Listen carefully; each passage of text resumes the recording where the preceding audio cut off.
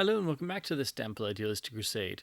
This is the first in a sort of on and off series, I guess I'll call it, of what I like to call Bond What-Ifs. So just in the way that my head naturally works as a James Bond fanatic, I have thoughts that pop in my head or questions I ask myself that I pore over and then sometimes bring into forum discussions and things, or other discussions I come across on forums. But it's always interesting to think about the what ifs, the what could have beens, the things that didn't happen, or simply fan created theories or fan ideas of what could have been. So in that sense, in that spirit, I wanted to start with some material on some potential title songs that never were. So I decided to start the series with an idea that's been bouncing around in my brain for the past couple months on and off, and that deals with David Bowie and the James Bond franchise. So, of course, I think it's pretty well known, or at least among fan circles, that David Bowie was approached to play Max Zorin in A View to a Kill, and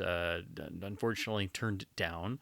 Unfortunately for us, we never got to see David Bowie in a Bond film, although it would have been very difficult to not just constantly stare at David Bowie, and it would take you out of the movie.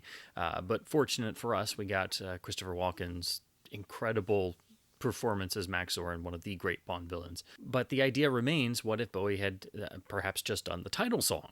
Obviously, A View to a Kill had the fantastic classic Duran Duran title song, but that got me thinking, a number of years ago, what if Bowie had just done a title song for one of the other films at different points in his career, particularly when he was having major chart success?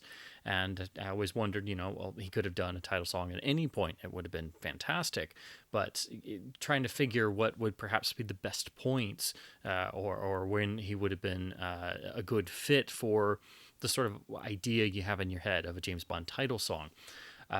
There are a number of eras of Bowie's career where I think it would have worked. Again, I think he could have done it any time and it would have been fantastic.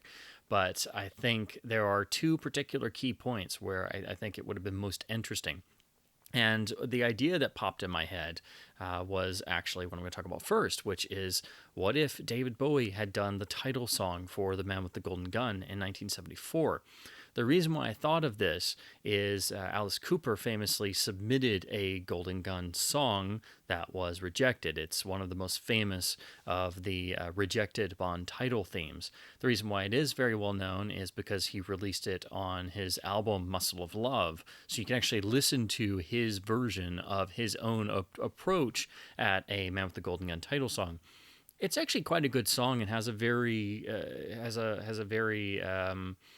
gritty and feel to it. It has a definite groove and a definite feel that, while what doesn't necessarily fit John Barry's orchestrations and his score, it sort of fits in with the inherent slight bit of raunchiness, I guess you could call it, that's in Golden Gun that some people are not fans of. So I think with some work, it could have perhaps worked in some way, but of course it was an unsolicited submission, so it wasn't something that he was able to work on with John Barry, for example. So but I think it makes sense that they could have continued with the sort of rock-oriented title song, given the great success with Paul McCartney and Wings' title track for Live and Let Die the year before. So I say all this, and I absolutely adore the Lulu title song that John Barry came up with. I love his score. I think the title song's very underrated. So I absolutely adore the song. This is nothing against the title song, the Lulu title song, but this is just me with my what if cap on. So in keeping with this idea of what if they had kept with a more rock-oriented song following Paul McCartney and Wings, that was my thought. So I think probably the best, or one of the best approaches to try and figure out what film could David Bowie have done a James Bond title song for, I think The Man with the Golden Gun would be the best point of entry, or the best approach, because the film came out in 1974 in December. It was the Christmas release, so shortly after Live and Let Die. And my first thought was, this would be Bowie's sound, coming off of Aladdin Sane and pinups and such. But when you look at the discography and the different ever-changing sounds of Bowie and his different bands and things, it probably would have been more of the post-Diamond Dogs era. And of course, while the film was being made, Bowie was working on Young Americans. So I have that behind me here. Sonically and in terms of the musical direction, it might not have as much of the rock flavor that I was originally thinking of in terms of where Bowie's headspace was at the time. But in trying to sort of pigeonhole maybe what this could have been like, I think it's interesting to sort of think of a perhaps maybe a fusion of styles with maybe a little bit of a harder Diamond Dog sound mixed with his explorations into more of the R&B landscape that we get on Young Americans. So coming at this era, in this point of Bowie getting away from Ziggy Stardust and Spiders from Mars, and the whole Spiders band lineup, I think it's a really interesting notion. And of course, Bowie was extremely famous at the time. And anytime the Bond producers can get famous names to do the title songs, it just helps sell the film all that more. And I do think that the dismal box office of The Man with the Golden Gun was, partially due to the ad campaign not being as saturated as the previous two films, but also the fact that it was a film that was pretty rushed to get out for the Christmas season to appease United Artists because they wanted a Bond film for the Christmas season. So that meant it was a bit rushed. It should have taken a little bit longer to make, and so to get it out by Christmas '74, the film did suffer. I still think it's a great film. I've done an entire commentary on the film. I defend the film. I adore the film. It was the third Bond film that I ever saw, actually, and I think there's great strengths in it that people overlook quite frequently. But I'm not blind to some of its shortcomings. And again, I think all of those can be chalked up to the fact that it was a film that was rushed to meet the Christmas season to give UA a nicer portfolio for 1974. But I think if they had gotten a truly big name and somebody who was very hot at that time, like David Bowie, I think that could have really at least put some gas in the tank for the marketing and the audience draw. And I just think it's an interesting idea. Again, I've thought about this before. I've tried to figure out, what would a Bowie Bond title song have been like? How would Bowie have maybe worked with John Barry? What would their collaboration have resulted in? And then depending on it all depends on what era of the films and what era of Bowie's style that you're coming from. Because again, he could have made a song for any of the films at any point. He could have made a Bond song during his Earthling days. He could have made a Bond song after Heathen came out. He could have somehow done the Die Another Day title song. It didn't matter what the film was. He would have come up with something truly out there. But it's just an interesting idea, and I think it would have been an interesting fit somehow. It makes sense. What if Bowie around this time point had been able to do a James Bond song? And of course, he had done a number of covers. He had already done the entirety of the Pinups cover album. But I must admit, there is a part of me that wishes, if he had done The Man with the Golden Gun, what if he had done it with the classic Spiders lineup? What if he had done it with Mick Ronson on guitar? What would Mick Ronson have done, especially working with John Barry? I just can't imagine what those three people would have done if they were in a room together in a recording studio. So that was my original impetus. What if Bowie and Mick Ronson and the classic Spiders lineup had done with the Man with the Golden Gun title song? But then when you look at the discography and the time, obviously Bowie was already working on Young Americans when the film was getting into its rushed post-production process. So there may have not been time to try and attract a very hot or top name talent. Of course, Lulu was a pretty big name at the time, but had they wanted to really campaign for somebody, they probably didn't have as much time due to the rushed post-production process. But I just think it's an interesting idea. If you're trying to figure out, the best points at which, what if David Bowie, when he was having major chart success, and what would he have done with a Bond song? I think it's interesting to look at The Man with the Golden Gun and just try and picture in your head what he would have done with the title song for this film. But it's just one of two ideas I wanted to talk about. So that is my first idea, but my second idea takes place in the 1980s. So, as you see behind me, my next idea would be simply, what if David Bowie had done the title song for Octopussy in 1983, which is also the year of release for Let's Dance, which broke him to an entire new generation of fans via MTV and became a new unprecedented level of success in terms of chart success and sales for Bowie. So, imagine what that would have meant for Octopussy and the Battle of the Bonds, seeing as Octopussy came out almost head to head with the competing film Never Say Never Again in the summer of '83. Now, All Time High, of course, is the title song for Octopussy and is a gorgeous ballad, but was not a major chart success, although Rita Coolidge had, significant airplay and was a successful artist in her own right. But it is not really capturing the moment in terms of capturing audiences with the title song. This is something they would completely overhaul in the next film with getting Duran Duran for A View to a Kill. But if you know how that song came to be, it all was due to John Taylor approaching Cubby Broccoli at a party and literally asking, when you guys going to get another decent song again? It's sort of throwing their hat in the ring.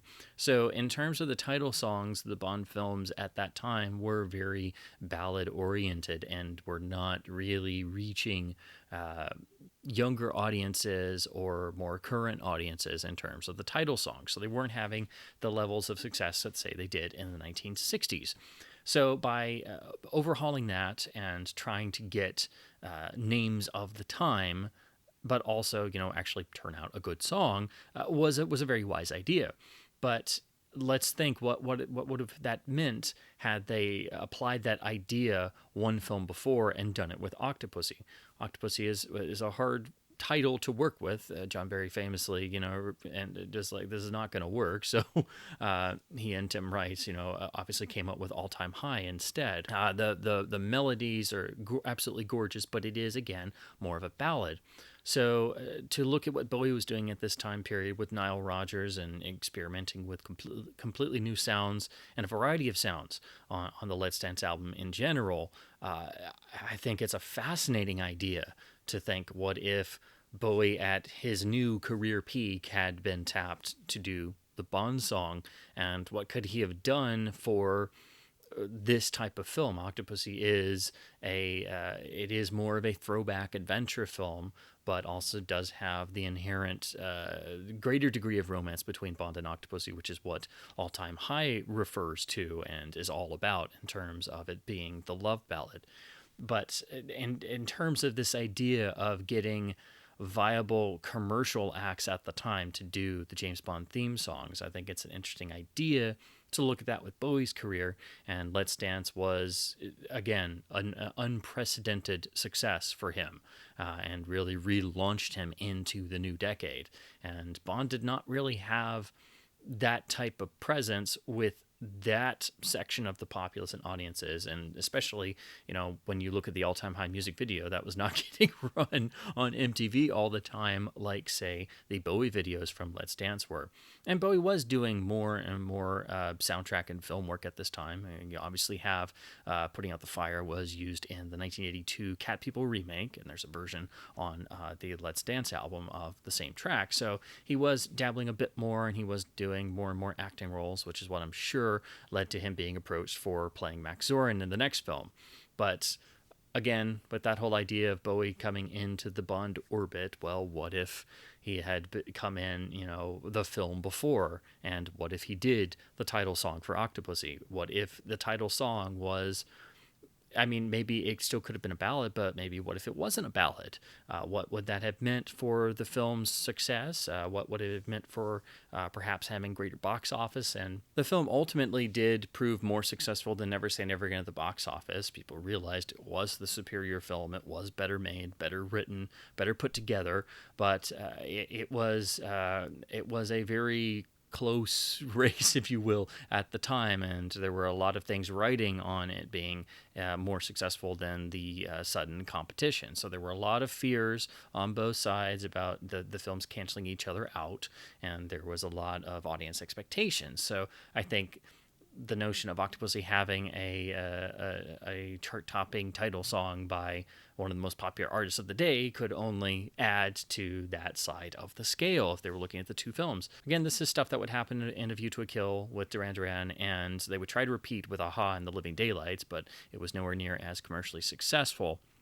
So these are ideas and things that were floating around at the time. And again, this is all just me doing what if scenarios and trying to come up with cool ideas of possible alternatives for the films that I know like the back of my hand and are burned in my brain, and as all Bond fans do. So it's just means of generating discussion and trying to come up with at least semi-researched what ifs and try to come up with plausible ideas. So looking at the sort of landscape of the time and pop culture and where artists were and where the films were, and I think it's an interesting idea to sort of look at that and keep a very realistic approach at what could have been, what could have worked out, and not go completely into unrealistic what ifs. So when I do these, I will try to make sure they're grounded in the era of the respective films that I'm discussing. But